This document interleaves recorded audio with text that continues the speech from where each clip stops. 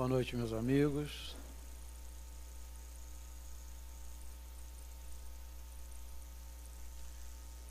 É uma alegria poder voltar a essa casa, satisfação de rever alguns amigos, alguns conhecidos, alguns confrades de doutrina.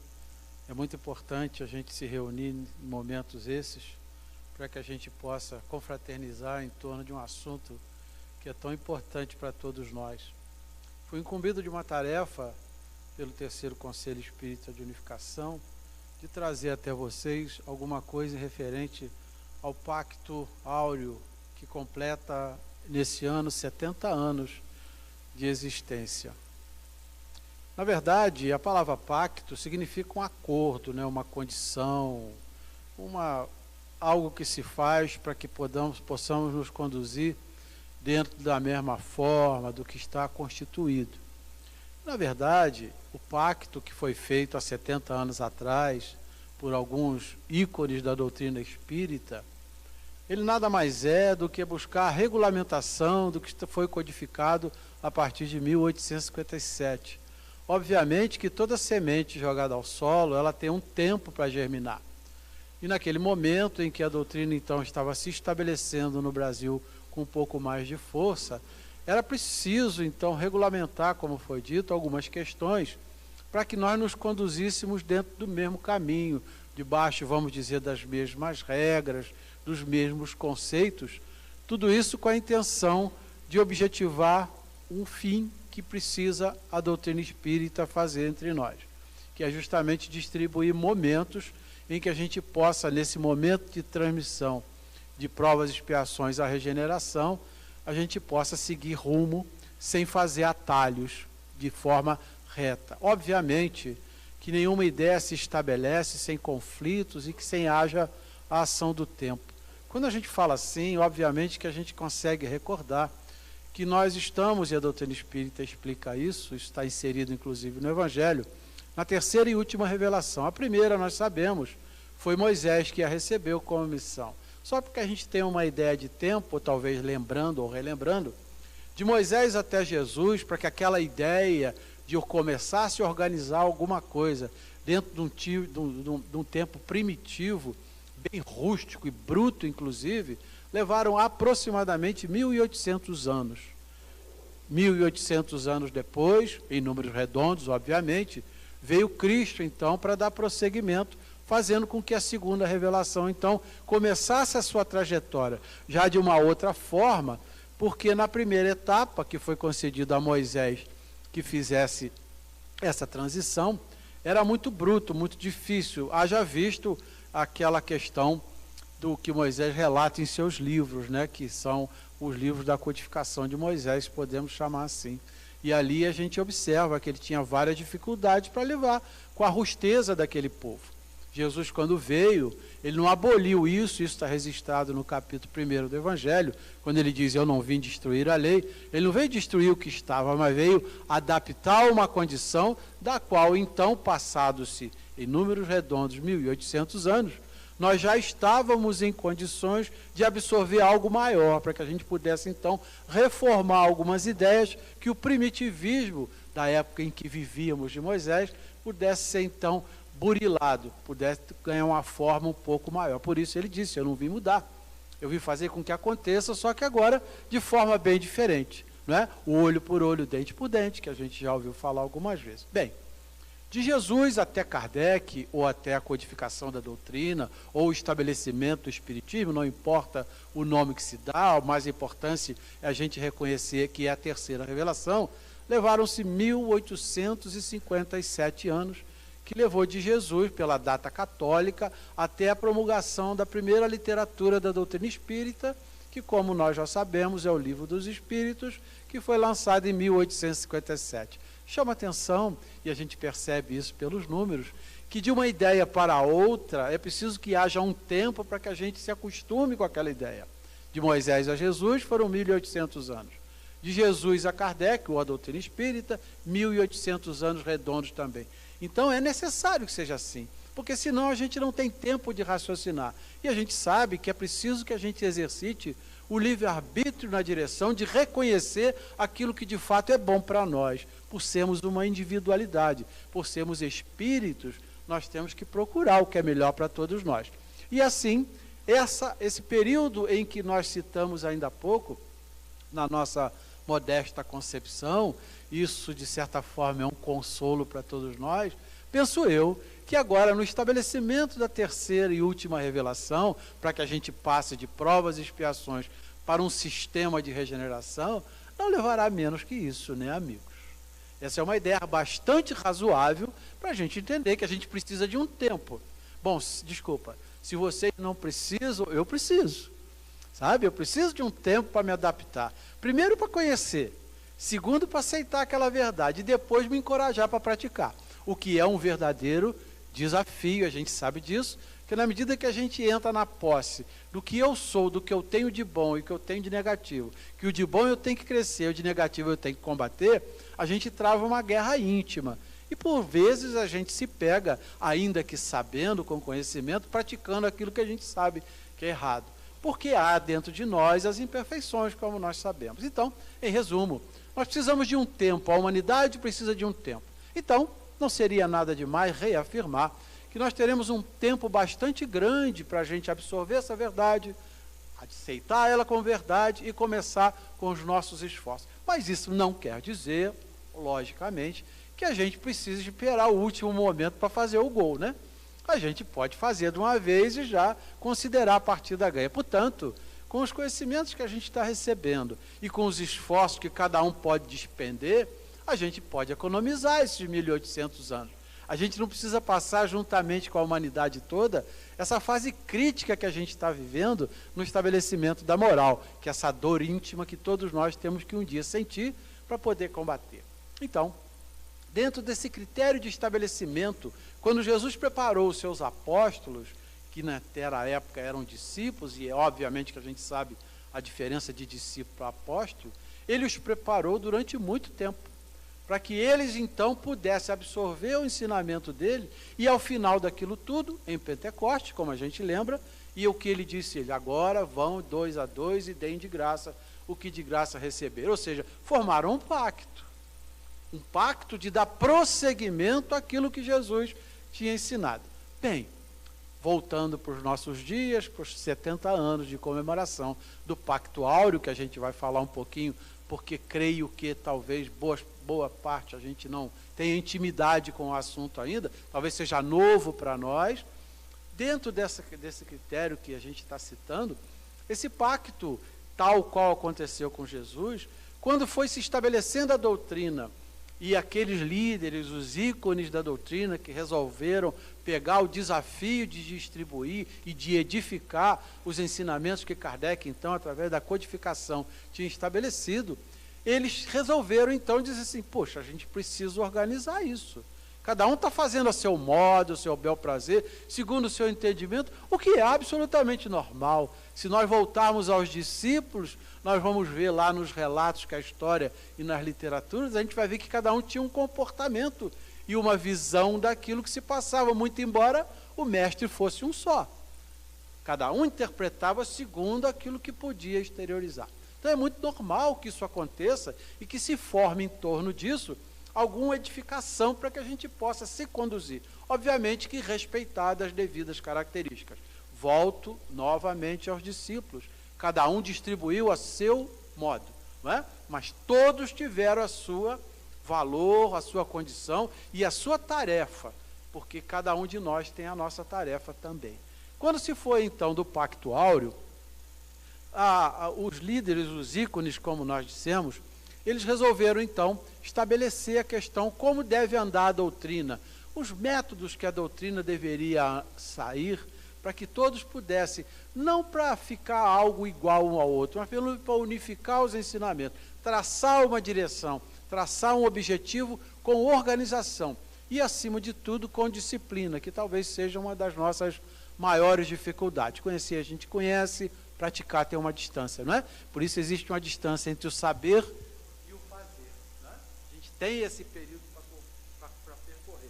E cada um de nós, evidentemente, com os esforços que emprega, vai se exercitar dentro desse trecho entre o saber e o fazer. Muito bem. Então vamos lá para a gente conhecer um pouquinho. Deixa eu botar meu óculos aqui, que assim eu posso ficar de frente para vocês. Então o chamado Pacto Áureo foi um acordo celebrado entre a Federação Espírita Brasileira, a nossa FEB, e representantes de várias federações e uniões de âmbito estadual, que são as entidades estaduais, como é a nossa CERJ hoje, que é o Conselho Espírita do Estado do Rio de Janeiro. Cada estado tem um conselho espírita daquela região, visando então unificar o movimento espírita a nível nacional. Então, uma globalização da organização do que estava para fazer, para poder andar de uma forma mais organizada. Foi assinado na FEB, na cidade do Rio de Janeiro, em 5 de outubro de 49. Bom, só para a gente definir, a gente aqui não está para dar aula de português, mas o pacto é um acordo, é um ajuste, é uma constituição. Isso, inclusive, define pelo próprio dicionário brasileiro. O pacto também está lá, trata-se de um acordo moral. No nosso caso, evidentemente que é isso, um acordo de conduta, né? Como é que a gente se conduz diante do que a gente está conhecendo agora? O áureo que ele se refere é algo maior, nobre, valioso. Então a gente percebe, é um acordo moral de grande alcance, de grande interesse, de grande realização, com um grande objetivo. Esse é o facto do Paulo. O Pacto Áureo, então, é grandioso e valoroso acordo moral. Foi isso que visualizavam naquela ocasião os ícones da doutrina de alguns estados que se reuniram, como a gente sabe aqui na FEB, nessa data que nós estamos visualizando, para poder começar um movimento a fim de unificar aquele sistema que lá atrás Kardec, a espiritualidade, organizou para que nós pudéssemos, então, atingir o objetivo que é a edificação da doutrina espírita, não é? A doutrina espírita hoje no Brasil, quero crer que, se não de todos, da grande maioria, ela é a terceira religião, não é? O que difere ainda, e aí a gente dá desconto o tempo que nós temos 162 anos, vamos dizer assim, de existência, de doutrina.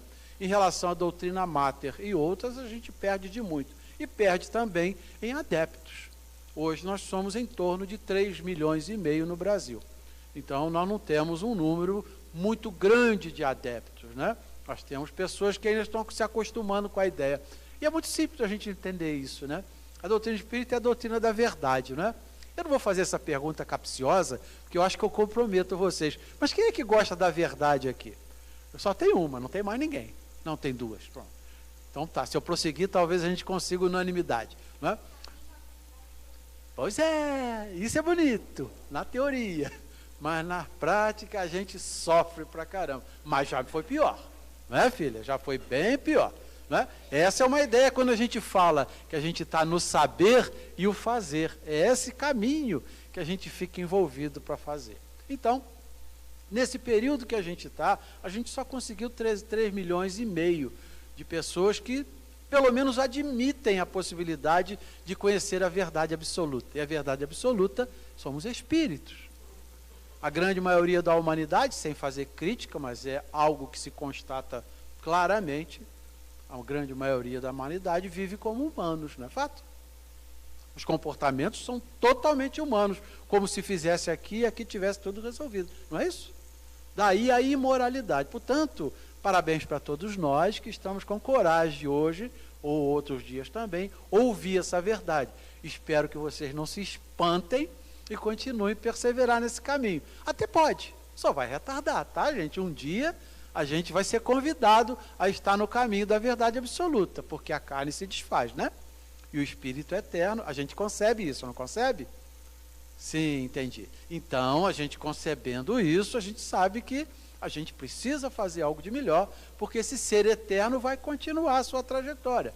E a carne, evidentemente, vai terminar o seu período fértil. Então, sendo 3,5 milhões de pessoas, a gente é preciso que aproveite esse momento em que a gente não tem, em nível de Brasil, um número muito grande em relação à doutrina católica, aos nossos amigos e irmãos evangélicos, né? Então vamos aproveitar esse momento para a gente criar uma direção. E foi isso, e lá em 1949 já era um número bem menor. Portanto, aproveitar o momento, vamos organizar, porque quando isso fincar os pés no chão, será fincado de maneira direta para que a gente não perca mais tempo. E foi esse o que eles quiseram fazer naquela ocasião. E aí começou a grande maratona. Então, a palavra unificar, que a gente novamente cita ali, só para deixar bem claro, significa tornar unido ou único, fazer convergir para um só fim, reunir-se, em um só todo. Eu acho que, por outras palavras, eu já tinha dito isso, mas só para que vocês se certifiquem.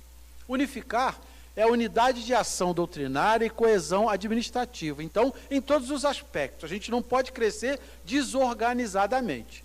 Então, isso parte, inclusive, da parte administrativa. Imagina nossa casa, querido Oswaldo Cruz, se não fosse organizada administrativamente. Jamais poderia conceder esse momento especial de a gente chegar aqui, encontrar as cadeirinhas para sentar, uma sala limpa, alguém que cuida disso, alguém que paga a conta da luz. Enfim, essa questão administrativa, ela não é dispensada, até mesmo porque, mesmo sendo espírito, nós estamos inseridos na carne. Portanto, nós temos duas tarefas a executar: a tarefa material e a tarefa espiritual. Portanto, uma vive andando para e passo com a outra. Então, essa parte administrativa, é muito importante que seja assim, para oferecer as condições básicas para que nós possamos exercer com coerência aquilo que a gente foi convidado a fazer. Então, há um entrelaçamento de vontades que objetiva a boa vivência dos postulados do Espiritismo. Então, na realidade, cada um fala a seu modo, de a maneira, mas a gente observa que as obras da codificação kardeciana, o chamado Pentateuco, tal qual Moisés, elas nos oferecem uma base salutar para a gente convergir na mesma direção. Né? Há questionamentos, há dificuldades, às vezes, de entender e, fundamentalmente, como já foi dito, de praticar. Mas isso, com o tempo, com perseverança e com crédito que se dá, e firmemente no caminho, a gente, obviamente, vai conseguindo, cada um com as suas forças. Por isso, não é uma doutrina de imposição, é uma doutrina de sugestão. Né? E a gente, às vezes, sugestão a gente demora a absorver. Haja visto, coitado do meu anjo de guarda, que me sugere um monte de coisa, e às vezes eu não dou ouvido para ele. Ele deve ficar com pena de mim? Com certeza fica. Né? Talvez conosco seja a mesma coisa, as sugestões chegam, mas se fosse uma imposição. Né? Por isso que tem um ditado muito antigo, que todos nós conhecemos de cós salteado, que diz assim: se não for pelo amor, agora foi, né? Agora quase que foi unanimidade. Então é isso. Se a gente não quiser ir por alguém que quer o nosso bem sugerindo, o que a vida faz? Ela impõe. Ela impõe, só isso. E aí a gente é obrigado, por imposição, a seguir aquele caminho. E depois a gente põe a mão na cabecinha e diz assim: caramba, quantas vezes eu já ouvi isso? Por que eu fui escolher isso? Por que eu não ouvi lá atrás? Pois é, mas é assim. Por isso diz que cada um vai se exercitar com o esforço que puder despender. Por isso não há fanatismo, que por acaso é uma doença, né? Ser fanático é uma doença, não é isso que a doutrina espírita aconselha. Ela nos dá algo primordial, que é o livre-arbítrio. Nós estamos todos aqui falando, penso eu, a mesma linguagem, agora cada um vai receber de uma forma diferente por conta da sua maneira de enxergar a vida. Unificar, portanto, é trabalhar em conjunto com o mesmo objetivo. Simples assim. Então, nós precisamos, de fato, ainda que como assistentes, como frequentadores das casas espíritas, não considerando os ícones que trabalham dentro da doutrina, nós precisamos nos movimentar. Eu costumo dizer nas reuniões em que sou convocado a falar algumas palavras, que o trabalhador, que o espírita, ele precisa trabalhar. Primeiro por si, depois pelo meio onde ele está inserido. E terceiro, se puder, com disposição, ajudar aqueles que permanecem ainda cegos e surdos. E não são poucos. Infelizmente não são poucos. Não sendo crítico, até porque não conheço particularmente a vida de cada um, talvez de um ou de outro, né? Os nossos familiares, nós gostaríamos que muitos estivessem aqui conosco, não é? No entanto, cada um faz a sua opção. E que fazer?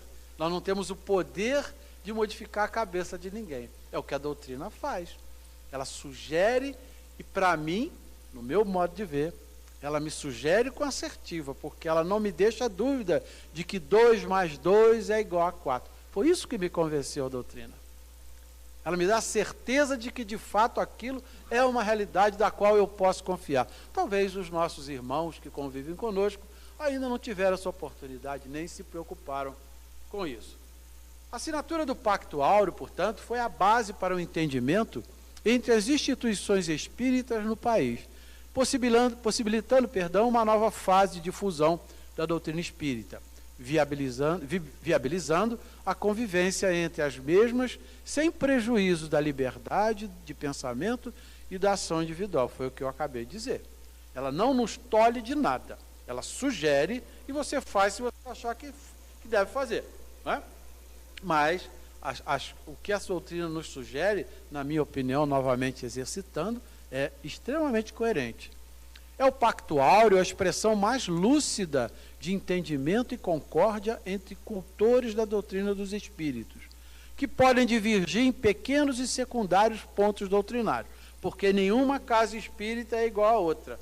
Nenhum divulgador, instrutor ou facilitador dos ensinamentos da doutrina fala no mesmo nível. E isso é bastante compreensível, porque cada um, embora ouvindo a mesma coisa, sendo repetitivo, tem uma concepção daquilo que recebe.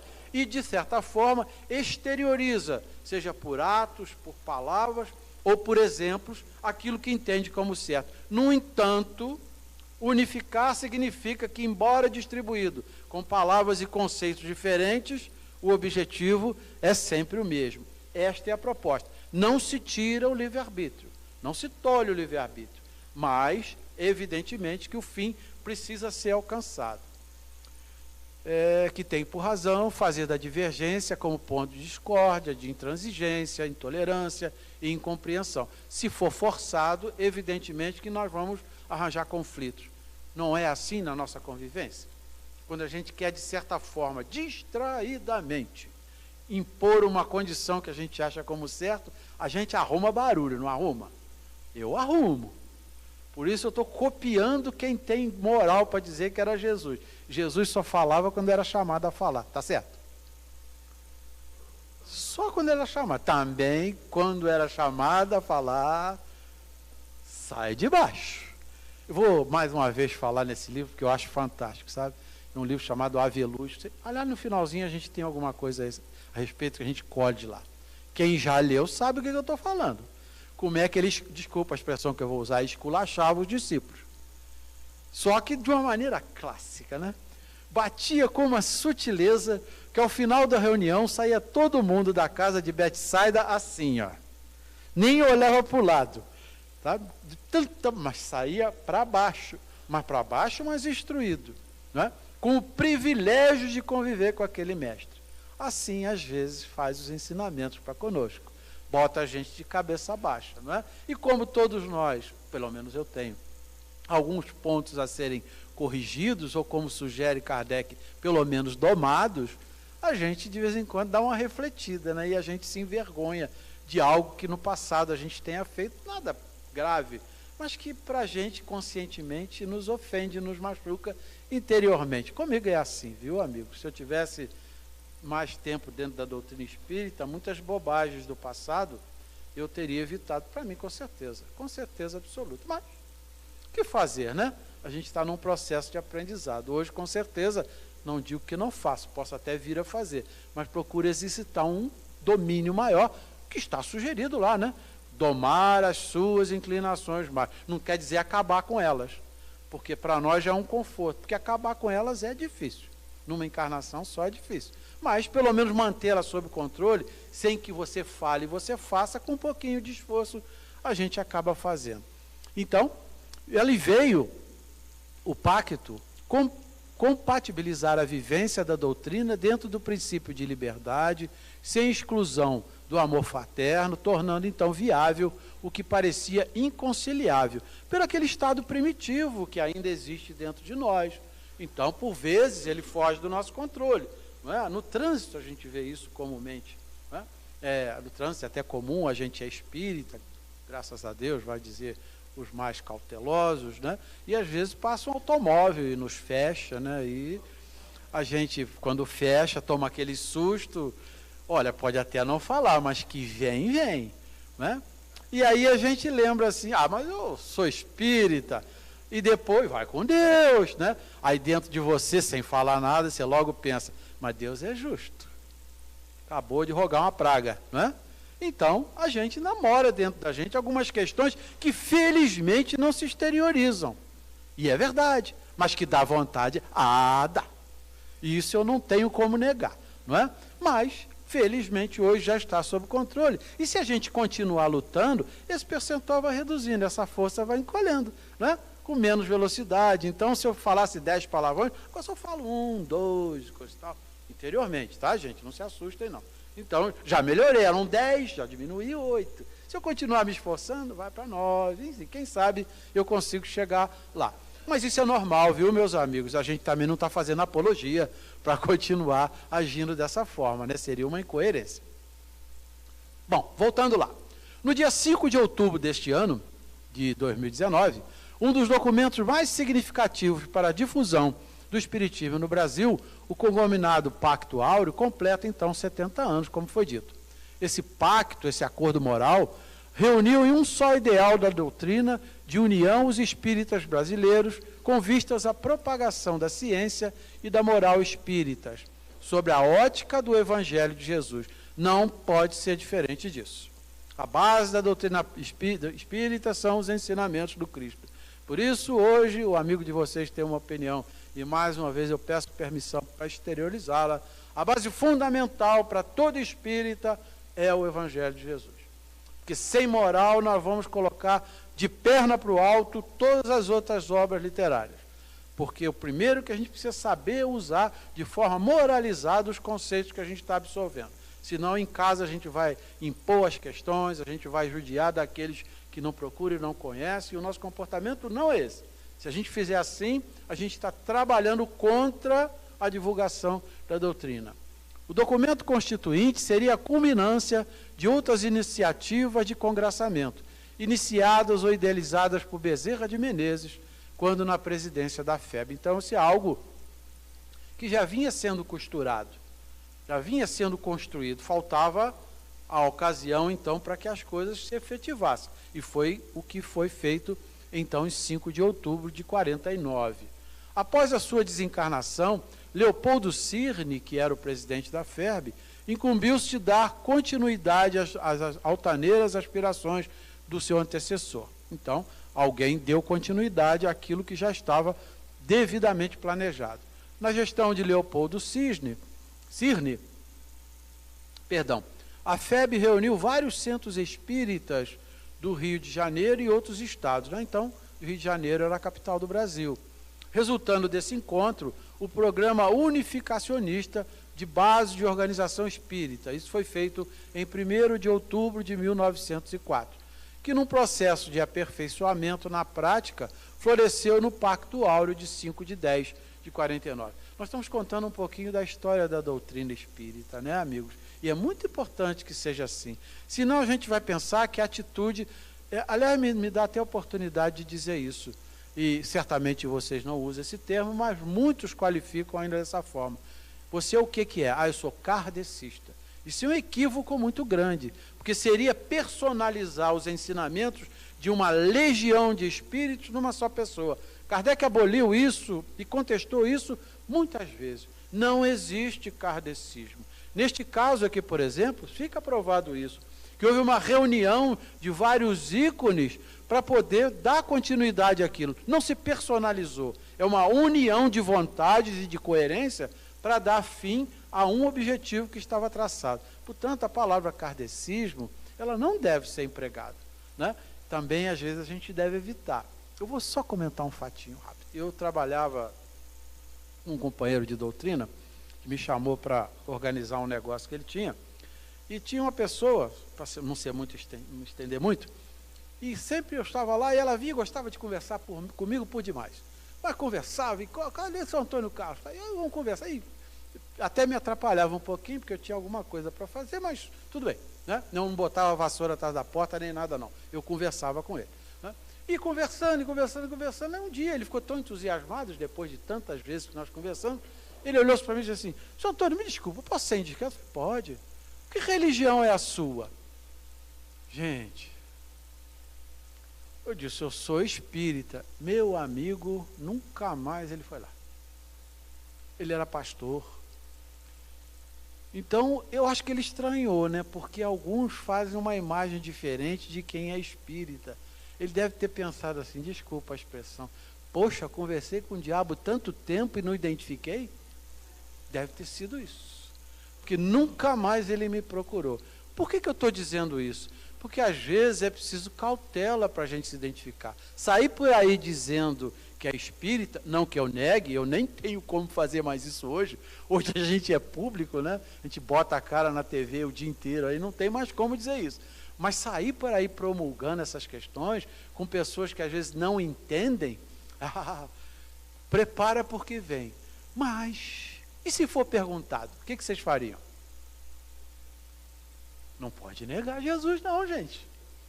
Pode não, venha o que vier. E eu me orgulho muito de dizer que sou espírita. Muito mesmo. E digo isso sem medo de estar errado. Agora, não saio por aí, onde eu vou sondar, onde é que eu estou pisando, né, gente? Não é? Se um dia, como diz Jesus, um só pensamento subirá ao céu. Mas enquanto esse pensamento fica vagando, é melhor a gente ter cuidado. Então, eu não nego e não tenho como. Tá? Mas se perguntar, é o que Jesus fazia. Se perguntar, sou espírita. Ah, mas você é kardecista? Aí você com medo, desculpa, que maldade que eu vou fazer. Mas não leve a mal. Com medo de ser chamado de macumbeiro, eu digo, não, eu sou kardecista. Né? Eu sou, completamente. E até medo de se identificar para não ser confundido. Porque as pessoas fazem essa imagem. Elas confundem. Vou contar outra historinha. Até 10, né? Hein? Ah, é? Tá bom. Pensei que era até 10 da noite, que aí eu ia contar um monte de história. O nosso grupo espírita tem uma ladeirinha para subir lá. Eu não sei se alguns talvez já conheçam o GEUC, né? E nós temos tarefeiros que chegam cedo para organizar a casa, preparar a água e tal. E lá vai uma senhorinha que é a nossa parceira lá subindo a ladeirinha. E atrás dela 3 senhorinhas conversando e subindo a ladeirinha. Porque a ladeirinha ela liga ali onde a gente tem a rua de cima, né, que é o bairro Esperança. Tem uma escada ali e a pessoa passa por ali para subir. Né? E as pessoas vinham queixando atrás dela. Nossa senhora, essa ladeirinha me mata, mata mesmo, viu? Essa ladeirinha me mata. Aliás, na minha vida só tem ladeira. Né? Só tem ladeira. Já teve, agora arranjei outra, não tem jeito. Mas tá bom, sinal que eu tenho condições de fazer. E elas iam subindo, queixando atrás. Mas eu estou com uma sede danada até chegar lá em casa e tal. A nossa médium, né, a nossa tarefeira, muito educadamente, virou-se para trás e disse, olha, não tem importância não, ali eu dou água para vocês. Mas no dia que é? No centro. Aí ela disse, não, do centro eu não bebo não. Então vai morrer de sede, pô. Ué, o que tem água diferente? Mas é esse preconceito que as pessoas fazem. Tá? Por não conhecer. A gente lá no programa, a gente fala sempre isso, de desmistificar os conceitos, né, Alcino? Por conta dessa ignorância. Porque não é nem maldade, não, é ignorância, que é falta de saber. Então faz essas questões julgando de forma pejorativa, que nem é pejorativa. Bem-vindos nossos amigos da Umbanda, não é? Porque tem muito valor, e tem mesmo. Sabe, ainda não acordaram da necessidade de se intelectualizar para fazer o pacto, não é isso? Porque um dia serão convocados a fazer o pacto. Mas deixa eu me ater aqui, senão eu vou ficar contando historinha para vocês. Muito bem. Coube, porém, a Vantuil de Freitas, presidente da FEB em 43 até 1970, após diversas discussões com lideranças espíritas, materializar em papel o anseio da unificação. Então, regimentou, realizando a reunião história dos signatários do contrato sublime, concebido efetivamente nas altas esferas espirituais. Quer dizer, nada mais fizeram do que dar a chancela do que espiritualmente já estava ajustado, dentro do seu tempo, com certeza. Embora de reconhecida importância, o Pacto Áureo é um documento breve, de apenas 18 cláusulas, incertos numa ata de livro de registro nas reuniões da FEB, do datado de 5 de outubro de 49. 15 representantes das várias federações assinaram a ata, sendo um por representação. Então, das nossas 27 federativas, apenas 15 estavam lá. Na realidade, estavam 14, com os seus responsáveis, os seus presidentes, ou aqueles que dirigem, e mais um representante, o famoso documento que se faz para poder responder. Bom, ao todo, 9 entidades fizeram-se presentes na sede da FEB no dia da assinatura. Em seguida, a caravana da Fraternidade viajou a diversos estados, então, recolhendo mais assinaturas. Hoje, 27 entidades federativas se unem sob a égide do Acordo de Luz, formando o Conselho Federativo Nacional, que a gente já deve conhecer de alguma forma. Então, a caravana da Fraternidade foi instituída na medida que, se precisasse abranger e reunir dentro de um sistema de unificação, as demais entidades federativas que haviam faltado na época da assinatura do pacto dentro da FEB, precisavam também assinar o documento para que se unificasse a ideia. Então, a caravana da Fraternidade, citada nessa noite, com os 70 anos do Pacto Áureo e a caravana, ela se prende a esse aspecto. Então, caravaneiros reuniram-se e bateram nas portas de todas as entidades das federativas que ainda não haviam assinado o Pacto Áureo. Então, todas elas assinaram e convergiram. E hoje a gente vê a organização que é uma FEB, que é uma federativa, quem não conhece, a nosso Conselho Estadual do Espírita do Estado do Rio de Janeiro deve conhecer, e outras federativas com muito maior de associados. Aqui no Estado do Rio nós somos 615, me parece, casas espíritas adesas ao movimento espírita organizado, inclusive o nosso movimento de Petrópolis e São José do Rio Preto, que é agregado ao 3º Conselho Espírita de Unificação. Então a gente percebe que existem ainda muitas entidades espíritas e que não são adesas ao movimento espírita e que agem por conta e livre, né? Nós, quanto terceiro seu, sempre oferecemos a nossa condição de poder auxiliar essas irmãs, talvez estabelecendo como devem se conduzir para caminhar na direção da unificação. Mas a gente compreende que a gente existem mentes ainda não preparadas para isso, que com o futuro, com o crescimento, hão de sentir a necessidade também de caminhar. Não que eles estejam errados, não estão, é o que se compreende no momento. Vocês se lembram que no início da nossa conversa, eu disse que de Moisés a Jesus foram 1.800 anos, de Jesus a Kardec, mais de 1.800. Portanto, em geral, o que significa? Que cada um tem o seu tempo, né? Hoje nós temos muitas casas espíritas em Petrópolis, funcionando normalmente e que não são adesas ao movimento. Hoje nós somos 19 casas espíritas adesas ao movimento espírita, contando São José do Vale do Rio Preto, que são 2. Mas existem inúmeras que um dia hão de convergir na nossa direção. É preciso tempo ou não é preciso? Claro que preciso, mas a regra já está estabelecida. Ou seja, nós temos agora o que oferecer de forma organizada se um dia essas casas espíritas quiserem aderir ao nosso sistema. Eu queria dizer isso só para que a gente compreenda a importância da unificação, né? Que, acima de tudo, como foi dito, não é uma imposição, é uma sugestão de se organizar para que nós atinjamos o nosso objetivo que foi começado a ser sugerido em 1857, com a vinda da doutrina espírita. Unificar, portanto, é trabalhar em conjunto com o mesmo objetivo, a gente já falou. O objetivo é o fim que se tem em vista, é um propósito, é uma meta. E isso para que a gente atinja algo fundamental nesse momento em que o nosso sistema solar está se preparando desde 1857, com a vinda da 3ª e última revelação, para atingir, sair de provas e expiações à regeneração. Mas existem 2 conquistas que são fundamentais para que isso se concretize. E para isso, com certeza, mais uma vez, a gente vai ter esse raciocínio que preciso tempo. 2 questões fundamentais. Uma delas vocês já estão visualizando. A fraternidade, que é a união, convivência como de irmãos, amor ao próximo e harmonia. A pergunta que eu faço, e obviamente que não precisam se manifestar, porque ela é, de fato, óbvia. Há fraternidade? Se houvesse fraternidade, nós não estaríamos vivendo as dificuldades que a humanidade está vivendo. Não é? Nós nos tratamos, não é o nosso caso, mas nós estamos nos incluindo, nós nos tratamos como irmãos, ou é cada um por si, olhando para o seu umbigo? Se fosse diferente disso, nós não estávamos passando o que nós estávamos passando. Não é verdade? Portanto, há necessidade de, basicamente, a gente entender que somos todos nós filhos do grande princípio criador. Portanto, somos irmãos, sim. Não é? Se todos nós somos filhos do grande princípio criador, um dia nós temos que entender que nós precisamos viver fraternalmente. E, finalmente, meu óculos, a solidariedade, que é o passo seguinte, que a gente conquista na medida que a gente se trata melhor um ao outro.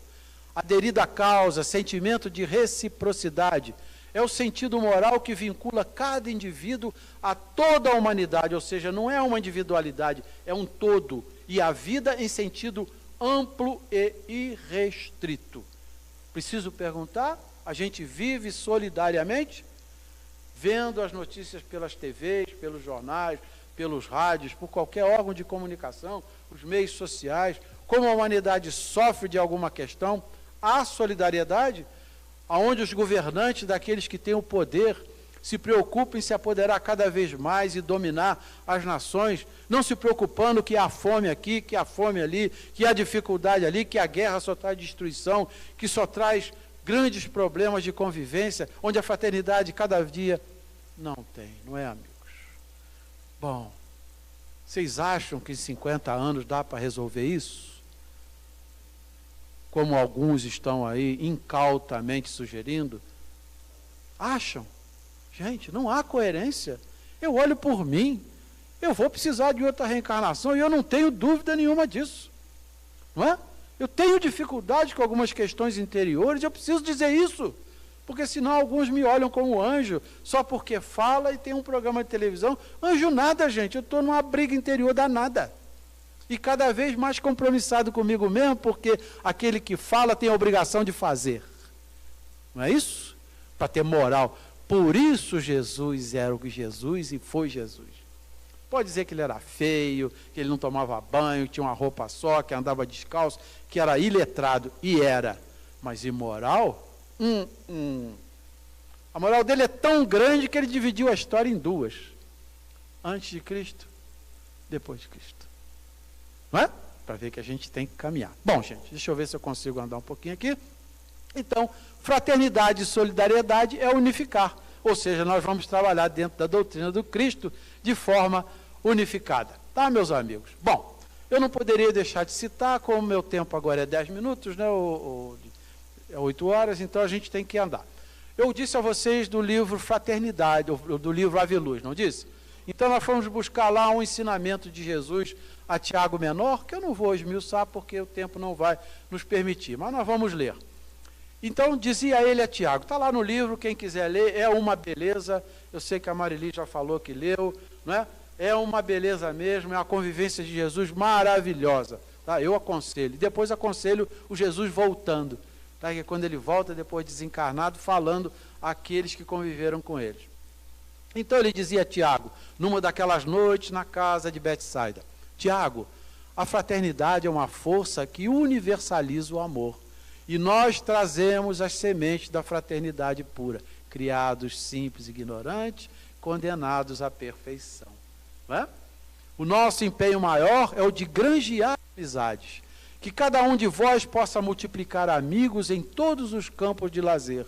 Eis o início da fraternidade universal, onde a cor não impede, nem a raça enfraquece, onde os bens não esfriam os laços de entendimento, onde a sabedoria não cria divisas entre as criaturas, onde as posições não empanam os contatos das pessoas. Somos todos da mesma procedência, filhos do grande poder criador. E certamente estamos fazendo parte de um rebanho por laços que a vida ligou em nosso próprio benefício. Ou seja, cada um está no seu lugar, tendo o que merece e lutando para melhorar. Meus filhos, não pode existir felicidade entre os homens sem carinho, sem troca de amor de uns para com os outros. Quando os homens e os moradores da terra sentiram as necessidades de um para com os outros, fraternalmente, quando tivermos a certeza de que o semelhante é a nossa continuação, quando a caridade começar a ser o dever diário e um prazer de cada instante, quando o perdão for força das intenções para harmonizar os seres, Quando o amor for apreciado como indispensável como alimento do espírito, eis aí que se aproxima dos homens, senão das nações, a fraternidade. Me dá tempo, Senhor, porque muitas destas questões eu preciso me esforçar um pouco mais. A fraternidade haverá de unir os povos, para que eles levantem uma só bandeira na terra, aquela que esquece tudo para somente amar. Eu tenho uma dificuldade danada de falar essa última palavra. Porque amar é abrir mão de si, é renunciar em favor do próximo. Devo confessar que em algumas questões eu ainda sou um pouco egoísta. Então, meus amigos, nós estamos no caminho e a fraternidade é campo sólido e bem arado para que a gente atinja. Já sob a solidariedade, Jesus disse a Simão, Simão Pedro não, Simão Zelote, Simão, a solidariedade é o princípio divino no coração humano. O que ora tomaste como emblema da tua vida se alicerce em leis mais elevadas. Ele não tem limite para fazer o bem, nem barreiras que demarcam tempo e espaço para servir. É tão diverso dos outros que se empenha mais em favorecer os próprios adversários, em vez de ofensa, perdão, no lugar de ódio, amor. Nossa, mãe, eu fico falando essas coisas, vejo o quanto eu tenho que caminhar. A solidariedade que buscas, que chamas de verdadeira, Simão, pode ser bem diferente da que antes idealizavas, porque ela, na verdade, encontrando o mesmo clima, se unifica. Aí está a palavra unificação, motivo da nossa conversa de hoje. Quem ajuda por caridade é o homem que o futuro espera, é a alma querendo se tornar anjo, para que o mal fique só na história do mundo. Sabes, porventura, o que nos une nesse instante e o que vai nos unir eternamente? É a solidariedade de princípios, porque as bênçãos do nosso Pai Celestial nos convoca para tal. Mais um fim que a gente tem que atingir. Quando isso acontece contigo, renova a confiança e busca em frente, sem que o atrás te chame a atenção e te esfrie nos teus princípios. Lembra a mulher de Ló? Que a história da Bíblia conta, que olhou para trás, lembrando do passado, e que alegoricamente se transformou em estátua de sal, não é isso? Né? Quer dizer, quem olha para o passado se petrifica, né? Porque fica vivendo lá atrás. Que Deus te abençoe os princípios de união. Contudo, não esqueças de saber até que ponto a assistência é benefício e até que ponto a ajuda é conivência. A gente também não pode ficar sendo solidário com quem não quer solidariedade. Por isso diz lá no capítulo 25 do Evangelho segundo o Espiritismo, em um dos seus textos, ajuda-te que o céu te ajudará. Todo mundo tem que fazer a sua parte para merecer a ajuda que está se fazendo.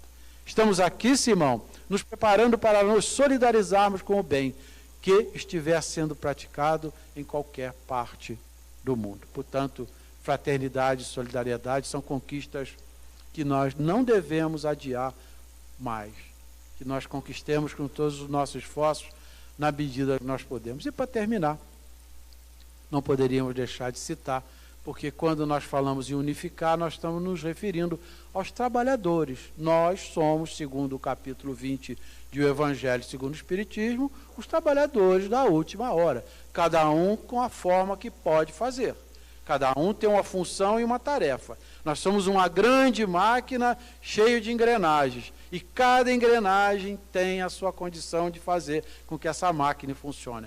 Eu estou aqui hoje falando a vocês. Vocês estão aí emprestando seus ouvidos. Se acharem coerente, por favor, distribuam. Se não, me perdoem. Não é, amigos? Então, cada um tem o seu papel. E assim, lá no item 2, instruções dos espíritos, só para deixar enfatizado isso para terminar, o trabalhador da última hora tem direito ao salário, mas é preciso que a sua boa vontade o haja conservado à disposição daquele que o tinha de empregar, e que o seu retardamento não seja fruto da preguiça ou da má vontade. Estamos sendo convocados ao trabalho. Ele direito ao salário, porque desde o chamado esperava com impaciência aquele que por fim o chamaria para o trabalho. Lembram que na nossa conversa eu disse que o espírita precisa trabalhar? Trabalhador, apenas lhe falta a oportunidade. Bons espíritas, meus bem-amados, sois todos trabalhadores da última hora. Todos viestes quando fostes chamados, um pouco mais cedo, um pouco mais tarde para a encarnação.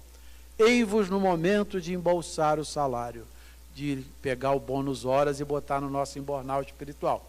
Empregai bem a hora que vos resta, e não esqueçais nunca que a vossa existência, por longa que vos pareça, não é mais do que um instante fugitivo na imensidade dos tempos que formam para vós a eternidade. Gente, o tempo é muito depressa. Quando a gente perceber, já foi. Portanto, a gente não deve deixar passar as oportunidades de sermos fraternos e solidários. Se possível, dentro das nossas condições, de nos esforçarmos na condição de ser um trabalhador da última hora. Essa mensagem consta lá do Evangelho segundo o Espiritismo, que já me referi, no capítulo 20, que é nunca demais citar, foi feita por Constantino, um espírito protetor, recolhido em Bordeaux em 1863. Meus amigos e meus irmãos, uma alegria muito grande falar a vocês. A gente espera, sinceramente, que a gente possa ter contribuído, ainda que de maneira simples e modesta, com algum conceito, com algum ensinamento, para que possa encorpar o nosso patrimônio intelectual. O fato é, meus amigos, que nós estamos num sistema que, unificados, podemos ser muito úteis na seara do Cristo. Seguindo os princípios corretos que a gente está absorvendo, que a codificação kardeciana e várias literaturas espíritas nos confiam para que nós possamos consultar e, obviamente, em achado coerência, prosseguir, nós podemos ser muito úteis. Obviamente que quando nós fazemos isso, o primeiro passo que se dá é na nossa direção. Primeiro beneficiado pela prática que faz, somos nós quando a fazemos. E o segundo, a nossa satisfação e alegria dizer que aquilo que no momento eu absorvi como ensinamento e que estou me esforçando para praticar, gera de exemplo para muitos. Nós nos preocupamos muito com as figuras humanas que nos cercam, pois existem 4 vezes mais, na mesma quantidade de figuras fora da carne que nos observam o tempo todo. Somos hoje, em números redondos, 7 bilhões de espíritos encarnados e somos 28 desencarnados, vivendo nessa psicosfera, esperando todos nós por uma palavra de carinho, de conforto, de incentivo e de consolo, para que a gente possa caminhar. Que Jesus nos abençoe, que vocês, juntamente com um amigo de vocês, possam fazer todos os esforços que a gente precisa. Que todos os ensinamentos caiam dentro de nós como amparo, como consolo, como conforto e incentivo, para que nós alcancemos dentro da nossa reencarnação a nossa meta reencarnatória. Nós unificamos os nossos pensamentos e as nossas condições. Meus amigos, uma alegria muito grande. Muito obrigado pela caridade que vocês tiveram comigo, pela fraternidade, pela solidariedade que exerceram na minha direção. Por isso a gente se sente muito à vontade entre vocês e muito agradecido mesmo pela oportunidade. Muita paz, uma ótima semana que já está terminando, mas um ótimo final de semana para todos. Obrigado, meus amigos. Muita paz em Jesus.